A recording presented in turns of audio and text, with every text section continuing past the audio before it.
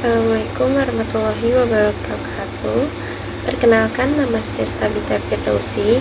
Saya adalah mahasiswi dari Universitas Pancasakti Bekasi, Fakultas Ekonomi dan Bisnis, Program Studi Manajemen, dengan NIM 2892150140.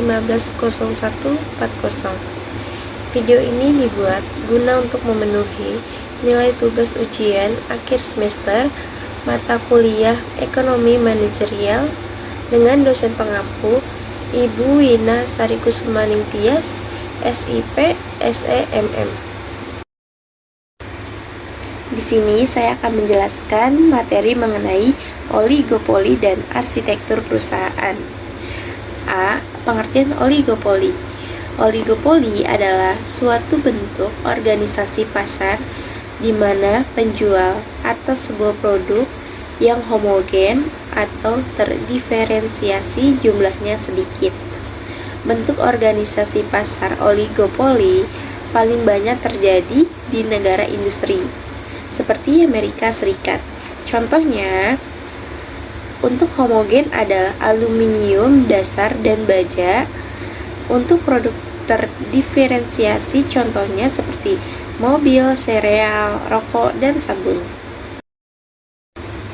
Ciri istimewa dari oligopoli adalah saling ketergantungan atau persaingan antara berbagai perusahaan dalam industri yang merupakan akibat alamiah karena sedikitnya jumlah perusahaan. Selanjutnya ada sumber terjadinya oligopoli.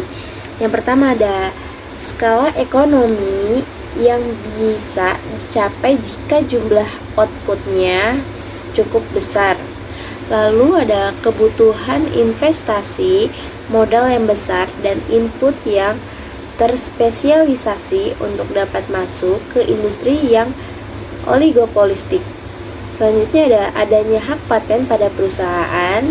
Lalu ada brands pada perusahaan dengan pelanggan setianya.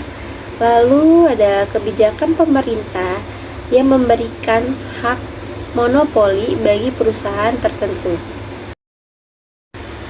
Selanjutnya ada model-model oligopoli. Yang pertama ada model Carnot, adalah model ekonomi untuk menjelaskan pasar oligopoli. Model ini mengasumsikan bahwa perusahaan secara independen memutuskan tingkat produksi yang memaksimalkan keuntungan. Lalu ada model Bertrand, adalah model oligopoli di mana produsen menghasilkan barang yang homogen. Masing-masing produsen memperlakukan harga pesaingnya tetap sebagai tetap dan semua produsen secara bersamaan memutuskan berapa harga yang dibebankan. Selanjutnya ada model kurva permintaan terpatah, adalah model oligopoli yang mengasumsikan bahwa jika satu perusahaan di industri memotong harga perusahaan lain akan melakukan hal yang sama. Tetapi jika menaikkan harga, perusahaan lain tidak akan mengikuti.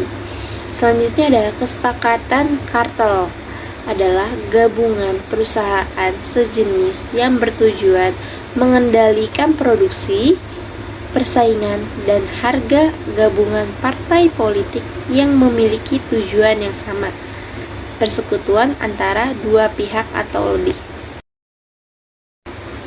Selanjutnya ada model-model oligopoli. Yang terakhir ada kepemimpinan harga, adalah situasi yang terjadi ketika perusahaan termuka dalam industri tertentu mampu memberikan pengaruh yang cukup di sektor tersebut sehingga dapat secara efektif menentukan harga barang atau jasa untuk seluruh pasar.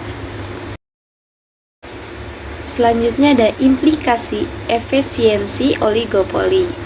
Yang pertama ada laba dalam pasar tetap ada dalam jangka panjang karena adanya hambatan bagi perusahaan lain untuk masuk ke dalam pasar.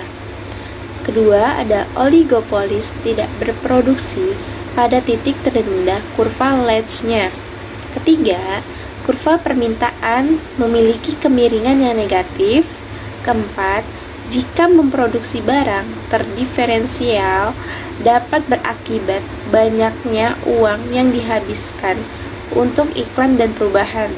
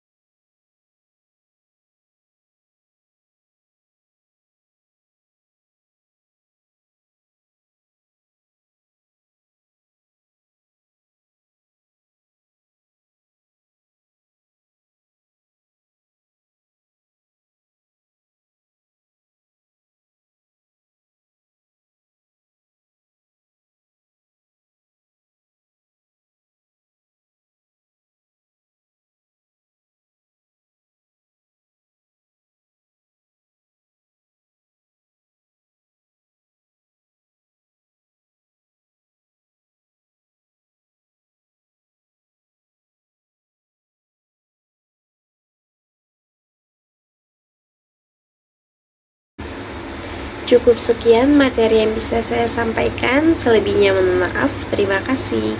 Wassalamualaikum warahmatullahi wabarakatuh.